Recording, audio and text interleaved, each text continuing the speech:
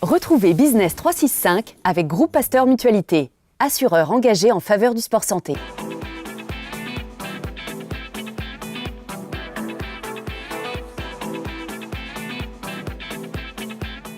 Business 365, c'est parti avec un premier invité, Benoît Laval, qui est le président de Red Light et Vertical. Bonjour Benoît. Bonjour. Tout va bien? Très bien. Bon, vous êtes né en 72, une école d'ingénieur, et vous allez créer votre boîte en 1999. Alors, c'était quoi les motivations? Pourquoi créer sa boîte? Vous êtes un farouchement indépendant comme garçon? Alors j'avais déjà un petit passé de président du bureau des élèves, des choses comme ça, mais avant tout, la vocation de créer une boîte n'était pas la première. La première chose, c'était de créer des produits, ce qui m'intéressait, de créer des services, de créer quelque chose d'intéressant, d'innovant, et autour de ça, ça n'existait pas, et donc il a bien fallu créer une entreprise autour de Et en 99, paf, vous vous lancez. Et au tout début, donc, vous vendiez à des copains. Il faut des copains pour démarrer les choses. Alors au début, mon premier business plan, c'était peut-être qu'au bout de 10 ou 15 ans, on serait peut-être 3 personnes à y travailler et à faire 500 000 francs de chiffre d'affaires. Effectivement, je n'avais pas l'âme commerciale au départ. Mon âme, c'est vraiment de concevoir des produits et de communiquer. Et le reste est venu en route. Et donc aujourd'hui, on est 55 et on fait 7 millions d'euros de chiffre d'affaires. 7 millions d'euros. Alors les produits, dans la gamme de produits, il y en a quelques-uns. Vous êtes venus là avec le supermarché Red Light. Pas Vertical aujourd'hui, mais Red Light. Alors, c'est un beau sac à dos, ça. Donc Red Light, on fait du textile. Donc on fait des vêtements, des sacs à dos, des chaussures pour courir. Voilà un petit sac à dos très léger, très ergonomique et qui a la particularité d'être fabriqué en France, Saint-Pierre-Chartreuse, puisqu'on a émis ce souhait. Une grande partie est faite en Asie comme tous nos confrères. Et celui-là est fait en France et donc très technique avec des boucles de réglage micrométriques, des poches bien placées. Et puis notre dernière chaussure qui vient d'arriver. Alors ça, c'est spécial quoi? Pour courir, trail, c'est spécial pour le trail, donc avec un cramponnage très efficace. Un guidage du pied est très légère et une de nos astuces, c'est que l'on peut remplacer au fur et à mesure l'amorti de la chaussure au fur et à mesure qu'il s'use, puisque c'est ce qui s'use le plus. Et donc, on régénère la chaussure au fur et à mesure. Donc, elle peut durer plus longtemps, parce que vos petits copains concurrents, eux, ils font en sorte qu'on en achète de plus en plus, et souvent, quoi. Voilà, nous, on se démarque, on peut à la fois changer l'amorti et à la fois aussi ressemeler tous les crampons quand on le souhaite. Les deux. Et ça, donc, le premier sac à dos, il est made in France, fabriqué où? Dans quelle région vous êtes? Il est fabriqué 100% made in France, fabriqué à Saint-Pierre-de-Chartreuse, où on est donc à une demi-heure de Grenoble, dans un petit atelier. On a 10 salariés pour cet atelier qu'on a monté il y a un an, et on pense monter à 20 d'ici l'année prochaine. Et vous arrivez à trouver du personnel qualifié dans tout ce qui est un peu techno, textile et compagnie? C'est facile ou c'est difficile, Benoît? C'est pas simple, c'est des savoir-faire qui se perdent, mais surtout, à la fois des savoir-faire qui se perdent sur le textile, et d'autant plus que là, on innove avec des procédés nouveaux, sur la découpe laser, du thermocollage et plein d'autres, ce qui fait que c'est compliqué de trouver du bon personnel pour des choses qui n'existent pas encore. Alors Benoît, vous le disiez, 7 millions d'euros de chiffre d'affaires, une vraie belle PME, et 30% à peu près réalisé en France. La distribution en France, comment vous êtes organisé sur l'ensemble des produits? Donc on fait à peu près un tiers de nos ventes en France par Internet. On a commencé par Internet en 99. Avec votre propre site? Avec notre propre site, que nos ventes, là je parle. La moitié de nos ventes avec des revendeurs. On a à peu près 500 revendeurs en France. Quel type de revendeurs par exemple? Des magasins spécialisés en course à pied et en randonnée. D'accord. Et puis 20% avec des grands distributeurs, des marques, des distributeurs qui ont des centaines de magasins. Et l'international, vous êtes présent dans plus de 70 pays? On est présent dans plus de 70 pays. Alors tous ne font pas un très gros chiffre d'affaires, mais on est particulièrement bien implanté en Europe, en Espagne, Italie, Royaume-Uni. On a notre distribution en propre avec des salariés. Et au Japon et en Asie, on travaille très bien aussi. On vient d'ouvrir une filiale au Japon avec notre distributeur. Et on a le même projet en Chine où c'est un marché naissant et à gros potentiel. En France ou dans la vieille Europe, le marché du trail, ça représente combien le gâteau, si je puis dire?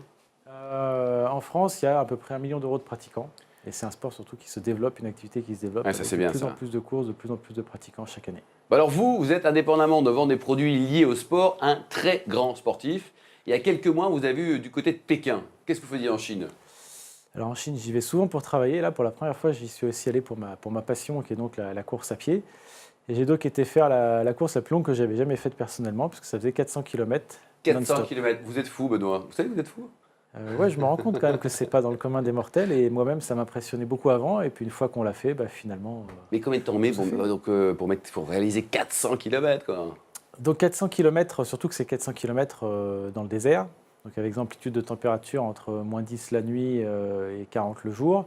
Il y avait sans manger, sans boire, 6000 mètres de dénivelé, comme on voit sur les images, on était en montagne par moment. Voilà. Et tout au GPS, donc c'est-à-dire tout droit dans la nature, à suivre l'aiguille qui vous indique d'aller tout droit pendant 10, 20, 30 km. Et donc j'ai mis 4 jours et demi. 4 jours et demi. J'espérais faire 100 km par jour et finalement c'est un petit peu plus compliqué. Oui, donc les 100 km de Millau, c'est ridicule quoi. C'est pas ridicule. Je les C'est avais fait un quart, aussi quoi. avant. Tout dépend de l'intensité qu'on met dedans, mais c'est une autre activité. Bon, et là, votre actualité donc sportive, vous êtes rentré il y a quelques semaines des États-Unis pour la fameuse course mondialement reconnue, c'était la 31e édition, la Barclay. Alors racontez-nous d'abord l'historique, hein, ça repose sur un fait, un réel fait. Quoi. Alors l'historique, c'est une évasion de prison de l'assassin de Martin Luther King, qui s'était évadé d'une prison et qui avait été récupéré par la police près de 60 heures après. Il avait fait seulement 13 km, puisque c'est dans une forêt inextricable à la sortie de la prison. Et donc, eh bien, un passionné de course à pied, Laz, un Américain, s'était dit, nous, en 60 heures, avec un copain, on aurait fait au moins 100 miles. Donc de là est venue l'idée de réussir à faire 100 miles dans cette forêt compliquée, ardue, sauvage. Donc le principe, c'est 5 tours de 20 miles, c'est ça? Donc il y a une boucle de 20 miles qu'il faut faire 5 fois. On a 12 heures pour faire chaque boucle.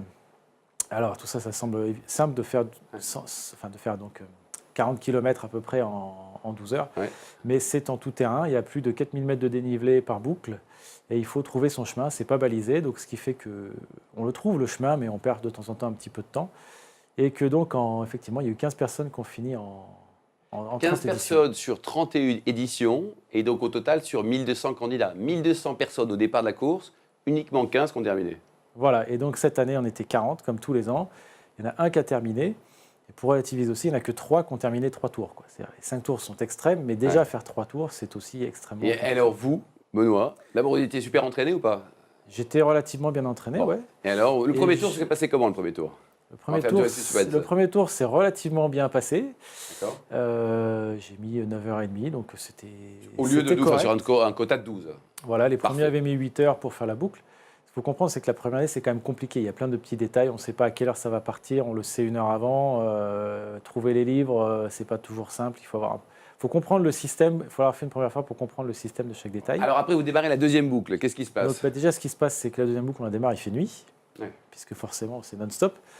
Donc là, les choses se sont un petit peu compliquées. Je suis un bon orienteur, mais à l'endroit où j'étais passé le jour, la nuit, ça ne ressemble pas tout à fait pareil. Il y a des points d'arrêt, je dirais, des chemins, des choses qu'on se dit, on va les voir facilement.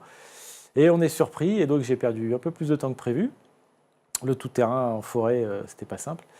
Et donc, je suis arrivé hors délai pour commencer la troisième boucle. Hors délai de combien? De 40 minutes. Donc, Mais ça vous donne envie l'année prochaine d'y retourner? Ah ben absolument, parce que les 40 minutes, je les ai perdues 5-6 fois facilement avec mon inexpérience de cette course. Et donc, il y a chaque année, il y a plus de 1000 personnes qui veulent s'inscrire.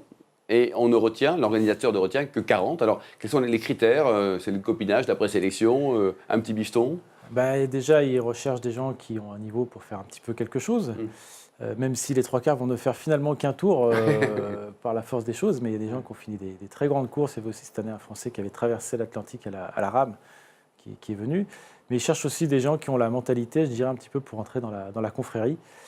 C'est une tribu. C'est une sorte de tribu, une sorte d'aventure, où il y a aussi une part de secret, où personne, depuis le début, n'a diffusé la carte sur Internet ou sur des médias pour garder un petit peu le côté... Pour terminer, il faut combien de temps pour se remettre d'une telle aventure? Alors moi, finalement, j'ai pas fait. Bon, vous n'avez pas tout fait, mais quand même. J'ai fait que 8 000 mètres de dénivelé et 27 heures d'effort. Voilà. Ouais, donc en une semaine, tout allait bien? Donc au bout d'une semaine, ça allait mieux, mais là, je me suis donné un petit mois d'arrêt complet pour soigner des petites blessures. On va suivre l'année prochaine vos exploits, en tout cas. Un site internet peut-être sur Red Light? Redlight.com, RAIDLIGHT. On marque une petite pause et on se retrouve pour parler des clés de la réussite entre une entreprise et un sportif.